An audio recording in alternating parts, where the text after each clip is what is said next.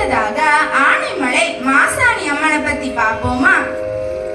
பொள்ளாச்சினாலே ஆனைமலை மாசாணி அம்மன் அப்படிங்கிறது நம்ம எல்லாருக்குமே தெரிஞ்ச ஒண்ணுதான்.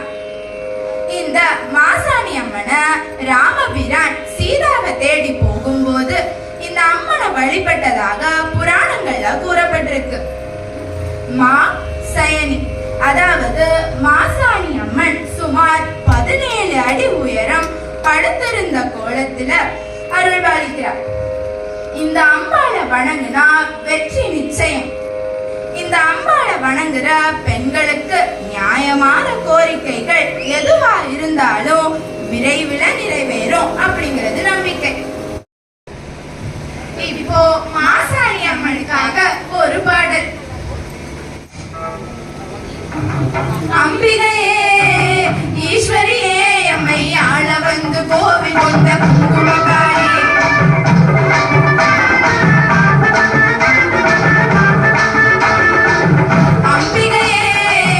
ஈஸ்வரியே எம்மை ஆள வந்து